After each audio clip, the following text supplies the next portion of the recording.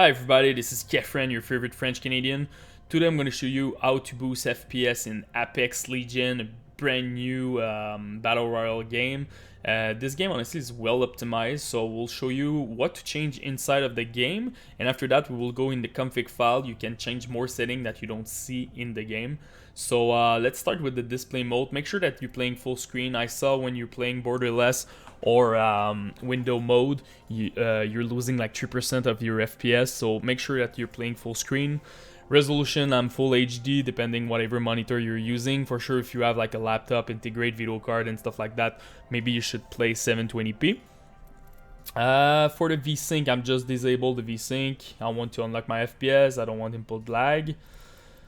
Anti-aliasing, so this one, they don't give you a lot of option, honestly. You have TS, AA, or disable, so maybe just wait at the end after all the changes. If you're not getting your 60, you will have to remove your anti-aliasing, but in a battle royale you need anti-aliasing, honestly, because sometimes like objects are kind of moving and you're thinking that it's someone, and no, it's because you have like aliasing in the game, so make sure that you're using it.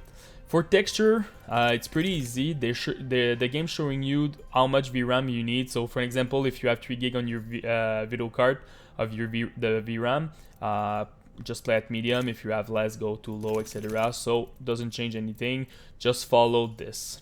Texture filtering, same thing. Maybe just follow what you're choosing at the texture streaming budget. So for example, if you're using medium, just go a little bit lower here like this. If you're here, just put it at billionaire. So just make sure that you're matching your texture streaming budget.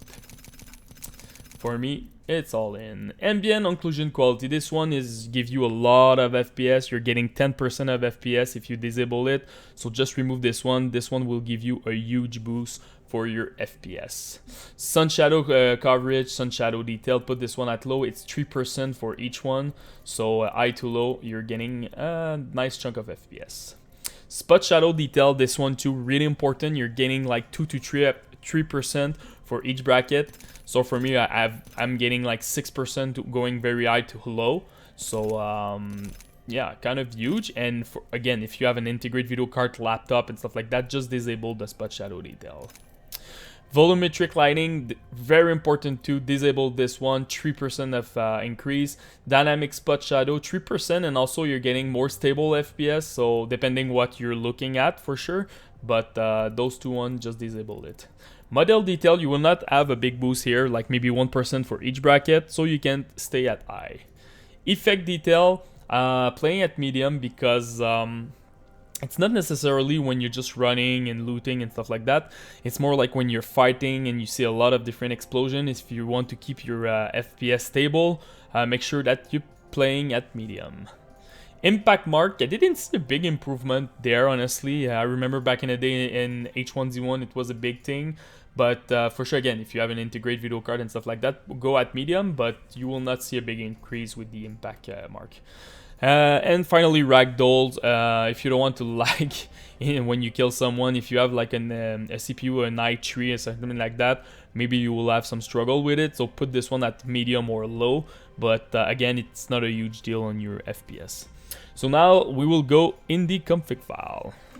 So now let's go in the config file. First of all, you need to go to your C drive, users, the name of your computer, save games, respawn, Apex, local, and after that you need to open video config. Right click on it and download a program like Notepad++. It's better than Notepad because it will kind of like structure the old file. So this is pretty much all the graphic setting that you have in the game. You have other stuff that you can change. For an example, you can change a ragdoll max count, particle multiplier, a lot of stuff that you can modify by yourself. Depth feeder enabled, you can put 0 over there and getting like a couple of FPS. Decal, you can like when you're changing like stuff like that, for example shadow depth dimension or even the decal, make sure that you divide by 2.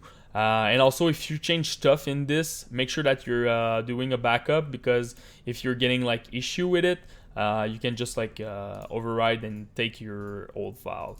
So that's about it, guys. If you have any question, yeah, one more thing, anti-aliasing mode is there. Like 12 is probably TSAA right now, and I guess 0 will be disabled, but I feel like you will add more in it and maybe activate like some FXAA and stuff like that, so we will see in the future with other patches. But honestly, with all the stuff that I show you inside of the game, you should definitely run the game smoother. So that's about it, guys. If you have any questions, just comment in the YouTube section, post me your rig, CPU, GPU, and RAM.